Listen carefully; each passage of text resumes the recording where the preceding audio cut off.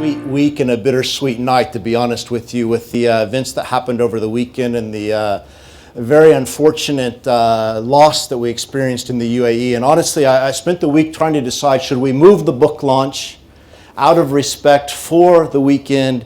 And the more I kept thinking about it, I thought it's uniquely a huge testimony actually to the topic we're talking about, the way that Dubai and the way the UAE has actually been involved protecting its neighbors and taking an active role. And in addition to that, the way that His Highness both Sheikh Mohammed bin Rashid and His Highness Sheikh Mohammed bin Zayed have been leading through this journey over the last few days. And I've sat with absolute utter admiration for men that I've already respected, thinking that the president of either country, the one that I came from birth or the one that I was adopted from, I can't imagine either of those presidents going around and personally extending condolences to people. And here we're watching an absolutely testimony of leadership that's at a higher level. So we've made the decision to continue on with that, but it is with absolutely the greatest sympathy in our hearts for what the UAE is going through right now, and also at the same time with the greatest level of respect that we could possibly have. And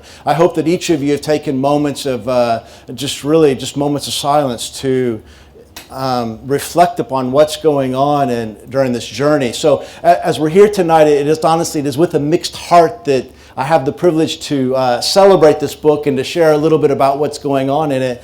So I'm going to continue on, although it is a really tough night to continue to do that. And as we do that, I want you to picture with me as you can. Some of you, this is going to be very easy to picture, and some of you, it's going to be quite difficult. But I want you to think for a moment and picture a place where you didn't have any running water or electricity. So I want you to physically recall that if you can. Some of you may have grown up in an environment like that. Some of you most likely have visited a place through history that it was like that, or at the very least in either your travels or you saw a picture of it. Okay? So I want you to picture in a moment that there's no running water and there's no electricity at all. Okay, so everybody has that image in their head. For me, I happened to grow up in the town that Abraham Lincoln was from. Now, mind you, I grew up 130 years after he did, but I grew up in the same town that Abraham Lincoln is from. And as kids, we used to regularly go out to see the house that he grew up in and the primitive nature of it. And actually a log cabin, okay, with no running water and no electricity. So that's in my house. So I want you to get that in your mind. Are you ready? So everybody has this moment where there's no running water and no electricity. And I want you to hear these words. Are you ready? So all of a sudden the leader walks in and he says, guys, guess what? In the next 5 years, every house is going to have running water and electricity. Now, for all of us who are from an advanced economy, we look at that statement and we think, yeah, we would all want it. But I'm sure as those words were coming out on the day that they were said, that some of the people were going, why? What's wrong with the way it is today? Isn't everything okay? And some were kind of going, what exactly do you mean by running water and electricity? Now, as we're hearing this, I want you to hear a few days later that a conversation, or a few weeks later, comes on and says, and by the way, we're going to dredge the creek because the ships are getting stuck in the creek now. We need to keep the ships coming in to keep our lifeline going. And on that one, I'm sure that most people said, okay, that makes sense. We do want to keep our economy going. By the way, we're also going to build a bridge. A what? A bridge. Where? Across the creek, so we don't have to drive the 14 kilometers to go through Ras Al Khor again. But I can hear him saying in the quietness as they walk out of the majlis after hearing those words, just saying, but we don't have paved roads. And we're building a bridge? And we're digging the sand out of the middle of the creek? And we're getting running water and electricity? Wait. And an airport. We're going to build an airport as well. Now, I don't want to say what people probably said because I think it would be tremendously disrespectful. But I think a lot of people said some insanely disrespectful things after they were hearing this, beginning to go, are you crazy? Have you literally lost your mind? What are you thinking? Running water, electricity? Maybe okay. Dredging the creek? I get it. The bridge? I'm not sure about. But an airport? And because we're building an airport, we also need to build a hotel. for the people who are going to come on the airplane, and we need to build a car park, and this is the kicker for me, and the car park is going to be able to house 500 cars. And the word that was immediately said back was, but there's not 500 cars here. That was 1959. Sheikh Rashid announced each one of those projects in 1959. And he turned and said, but we have no money.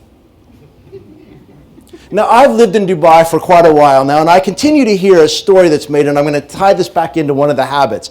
I continue to hear stories that are made, but look at these projects. They're too much, they're too big, they're too often, they're too fast, they're too this. And I sit back and I think 1959 had to be, this in my opinion, after spending 3 years of researching the history of Dubai and interviewing over 200 leaders and digging deep into this, had to be one of the most monumental years in the history of Dubai. When the leader could walk into the people and he had the courage to say, we're going to get running water and electricity. He had the courage to say, we're going to dredge the creek. He had the courage, the ambition to build a bridge. The ambition to build an airport. And it brings us to one of the fundamental habits that we come through, which is have an ambitious appetite. If you're sitting here tonight and you want to lead Dubai style, the first and foremost thing you need to have is an ambitious appetite. And when we talk ambition, I will tell you, I can remember in my study in the house, I've got a brown leather chair where I happen to write most of this book. A previous book I wrote by a swimming pool, but this particular one I wrote hunkered down in this chair with a cup of coffee and blind to the whole world. And I would write the word ambition. And I would scratch my head and I'm like, but that word's wrong. But I don't know a bigger word for ambition than ambition. But when I talk about ambition, I have. And when I look at the ambition that is there, if you want to achieve remarkable success, you have to have an ambitious appetite. So that's the first habit. Tonight what I'm going to do is I'm going to highlight just a couple of key points that are in the book and then allow you the privilege to do it. So I'm going to hit maybe 3 or 4 of the key habits. The next habit I want to get into, which is actually the crux of Dubai's strategy, which is create an environment where others succeed. A few weeks ago, I was sitting on the 44th floor of Emirates Towers, and I was with His Excellency Mohammed Gergawi, and he looked at the model, and he points to it, and he goes, that's it. That's our strategy, but nobody has ever actually named it before. It's to create an environment where others can succeed. I look around the room right now, and I know several of you are not from here. And those that are from here, I know you fairly well, and I know some of your stories very, very well. And if I was to ask everybody in the room, are you better for Dubai? Everybody in the room, whether Emirati or expat, would say yes.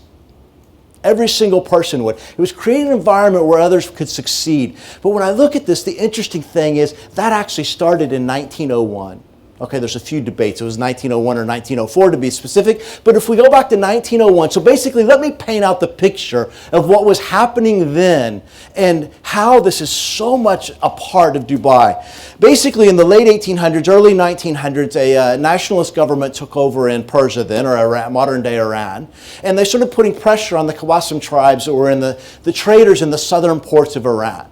And they put pressure by increasing taxes. And all of a sudden, this nationalist government was putting pressure on the Arabs that were there, and they started to feel it. And some were starting to come back over. And at that particular time, Sheikh Maktoum looked at it, Sheikh Maktoum bin Hasher, he looks at this, and he says, wait a minute, we need to bring him to Dubai. But Dubai didn't have anything. It's not like Dubai with the world's tallest tower and everything in the world and the systems that we know and the culture and the reason that we all came. He said, we need to bring him to Dubai. So the question becomes, how are we going to bring him to Dubai? So he sends 178 kilometers across the waterway. He sends an entourage, like we do today when we send people to lure them to come to Dubai, the exact same way. He sends over there and he says, if you come to Dubai, here's what we'll do for you. We'll give you free land and a tax-free environment. Now, when you listen to those words, and it sounds a lot, okay, I realize there's some grumblings about tax going on now, but we'll leave that aside, okay? So if we look at it, it's a lot like modern-day Dubai. 115 years later, basically, we're looking at a scenario. Here they are, they're reaching out, they're taking the traders, and they're saying, if you come here, we will give you the place where you can succeed. And they started luring them to come in. At that particular time, Sharjah, I need to be very careful what I'm about to say. Sharjah and Ras Al Khaimah were far superior ports to Dubai's port at that particular time.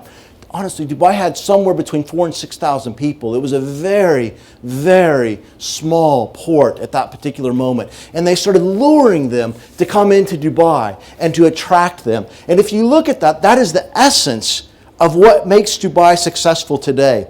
I was with a company today giving a speech for the first time I'd had any business to do with this Korean company. And I was supposed to talk about what makes a successful leader. And I said, if you really want to get down to it, and this is, to me, it gets to the crux of what leadership's all about. It's helping others succeed. That is the crux of what good leaders do, is they help others succeed. If you really want to get to like my heartbeat of what I believe about leadership, that's it. But I drew on a board for them, I drew an L in the middle of a flip chart. And I said, now most of you, when I said help others succeed, your heads went like this, down. And you looked at your direct reports. And you thought your job is to help your direct reports succeed. And then if I question you a little bit, some of you are going to start going, oh yeah, I should help my peers succeed as well. And at that point, everybody in the room is nodding, yeah, that makes sense, yeah, I agree. And then I turned to the president for the Middle East and Africa's in the room, and I turned to him. Oh, you're right, we help him succeed as well, the boss.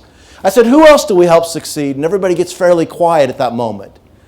And then I said, wait a minute, don't you have distributors? Don't you work through distributors and other suppliers, customers, investors? It's helping the total ecosystem of your life to succeed.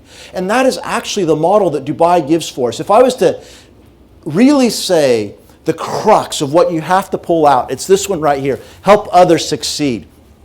Now if I was to get to the piece that amazed me, I mean like jaw-dropping amazement, in my opinion, of going through this research. And the theme that just goes through the book is Dubai has not changed its strategy since 1901. The strategy of Dubai has not changed since 1901. It's bigger, it's grander, it's more sophisticated, it's got a significantly broader reach than it has, it's got different strategic plans under it to achieve it. But if you look at the core of the strategy is to use its geographical location, its hub, okay, hub environment, whether it be a seaport, an airport, a mega airport environment, to attract people and help them succeed. Now at the high level, that's quite interesting when you look at that, because if we were to go pick up about any book on leadership today, or go read through any page of Harvard Business Review, we're going to quickly begin to read words like change your strategy, and we read blue ocean strategy and coming up with new things. And what Dubai has managed to do is to attract those in to fuel its original strategy. We use technology today, which we didn't use before. Why? To fuel its original strategy, not to become a new strategy. When Dubai got oil wealth, okay, well, I'll put this in context. When Dubai got minimal oil wealth, okay, Dubai did not make oil wealth its strategy as others did in the region, other neighbors did. Dubai actually used its oil wealth to fuel its original strategy. So you begin to look at this, and what you see is you see a solid line going right through the history of Dubai that stuck with what it did. But it's not only the strategy that didn't change, the habits didn't change. If I was to go back to 1833 to Maktoum bin Bouti leading a group out of Abu Dhabi, who it's reported that he literally said in the Majlis environment today, gentlemen, which is the opening line of the book, gentlemen, I believe it's time for a new form of government. At that particular time in 1833, there were two forms of government in the Arab world. One was the stick or the sword, okay, and we ruled by fear, which we would call modern day dictatorships if we got into that side. And the other side was a fatherly approach, an approach based upon fatherly loyalty, which is what the Al-Nahyan said. Sheikh Maktoum bin Bouti, I still don't know how he figured this out. He said, we need an economic approach to government. Those are my words. His words were, we need to put prosperity in our people's hands. 1833, he's beginning to create an environment where others could see with a hugely ambitious appetite, because today it takes about an hour and a half to get from where this conversation was, maybe an hour and 45 minutes, okay? It took weeks to make the journey back then from where they were to Dubai, and he made the journey in late May. Okay, now, to show who I am compared to him, I would have looked at it, had the idea and thought, let's do this in December. let's wait till it's a little bit cooler rather than taking everybody and going. And 900 people followed Sheikh Maktoum bin Bouti for a week's journey through the sweltering heat, when we all know what the summers, late May, can be like in the UAE, through that without any of the modern facilities we have, and set up life here. Now, as we look at this continuation, the piece that went on is all 12 of the habits that are in this book have been practiced by 11 leaders. Every leader that has led Dubai, and many of you in the room who I've had the chance to interact with and interview, who have contributed to the shaping of the content, you also have been practicing these habits. So you begin to see as the habits that have continued on, okay, that we have started with us at the very beginning of Dubai's history and it continued. I sat down. I can remember it was November 27, 2013. I can remember it very clear. It was the night we won the expo. I was on the 5th floor, okay, on the balcony. We're watching the fireworks go off, and I'm sitting with Ghulam was actually at the table that night, and we had a few journalists, so from the Wall Street Journal and several others. And I spouted off at the mouth, probably a bit prematurely. And I literally said, guys, tonight's really important, but the significance of tonight you need to understand from a long time ago. And they're like, no. So they go and they follow their stories. They're going, tell us more. So I said, actually, what brought us our success tonight is something that's over a century old. You're over-romanticizing Dubai. And I began to explain some of what we're discussing here. And all of a sudden they started realizing, wait a minute, the continuation of this has actually gone on. So you've got 11 successive leaders, okay, that have gone through 6 different generations, to be specifically, and have practiced the same approach to leadership that's passed from one to the other. And it brings us down into this area here of developing leaders for the future. There's several things that give you context to this. I've studied leadership for 25, 27 years. Okay, I know a single topic in the world, and it's only leadership, okay? If you want to talk it, I'm fun. If you want to go to any other topic, I'm really boring, okay? I only know that one single topic. I've studied it my entire life. And as I was working on this, I began to find myself questioning everything I was taught. Because everything I was taught and studied was here, and everything I'm experiencing and coming across is here. And the continuation and the follow-through is one of those. And we talk about future, and Dubai future means generation. There's not been a leader yet who's made decisions for the current year that they're in. They're literally making decisions for a generation into the future. Sheikh Mohammed would be the most recent to make a phrase of it. And he says, I don't know if I'm a good leader, but I can tell you this, I'm leading for 10 to 20 years into the future. Those are his exact words that he used. His father made decisions that were a generation out. Even when his son came to him and said, what are you doing, Dad? Everybody in the community wants to know. His son said, you don't understand. This isn't for you. It's not for your children. It's for your grandchildren. I mean, let's see, multiple generations, way into the future. And the piece is, the way they have developed leaders has actually continued throughout. It begins to give an answer to family businesses when you want to pass the dynasty. And there's one other one, I don't want to keep you guys long tonight, although I could talk forever, some of you know that well. There's one on here that always gets attention. I've shared this model with, I don't know how many different people, but each time they look at it, they go to that word micro-monitor. And I know that Michelle loves this word micro-monitor. And everybody looks and goes, that's a good word. It's one of my favorite practices Dubai has. And I'm going to tell you the story, and then I'll give you some context for it. There's actually multiple stories I could tell, and even things that have happened. Actually, there's some from that you've experienced that I could tell as we go through here. But one of my favorite stories that comes, I was sitting with His Excellency Tariq Luti, who's one of the early people that I interviewed. And my interview always started with the same question. It started with, in your opinion, from your perspective, what do you believe has contributed to, from a leadership point of view, what do you believe has contributed to the success of Dubai? And I wanted to give a really big area for people to talk through, because I didn't want to anchor them down into what I think. I wanted to see from a big perspective. So I'm sitting with His Excellency in his offices, and I'm starting to ask my questions. He says, please, Dr. Tommy, could I interrupt? Sure. He says, can I tell you a story before you get going? Yes, I'm there to hear stories. I'm very happy to hear this, and plus you have the floor. So he says, in the 1960s, every morning after Fajr prayers, Sheikh Rashid would jump in his pickup truck and he would drive around Dubai. And he would check to see how things are going. While everybody else is asleep, he would be driving in his pickup truck, checking to see what's happening. He says one morning he's driving around and sees a building that's stalled out around the first floor. I see some of you smiling, so you know this story. You've heard it retold. He sees a building stalled out around the first floor, and he believes it should be up to the third floor. So he makes a note of it. He's going to call the owner of the building later in the day. He goes in and he sits down in his majlis that morning, and the owner happens to walk in that particular day, which was not it wasn't common for him to come into the morning diwan. So he comes in and he's, please, come have a seat. So he calls him to have a seat beside him. And at that point, because he's sitting beside the ruler and he's not somebody who would normally be there, they said that it got incredibly quiet. Everybody's like, what's going on? What's happening? Now, most of us would have been all over the guy, right? He's underperforming. He's not delivering as we think. We would have been right in there and we would have been given to him, what's wrong with you? His Highness literally turns to him, says, so how's your family? How's life? And starts, they said it took like 5 to 7 minutes of just very casual, warm conversation. And in the midst of the conversation, the guy says, my business is doing well. So His Highness, again, several of us would have been like, what do you mean it's doing well? I saw your building earlier today. Really? Tell me more about that. It's doing well. What do you mean by that? And the guy says, my building, it's up to the third floor. We would have pounced. Lying? You're lying to me about your building? His Highness turns and very politely says, wow, you must have the best contractor in the world. And the guy looks up at him and says, well, Your Highness, thank you very much, but why do you say that? Because this morning when I drove by, it was only on the first floor.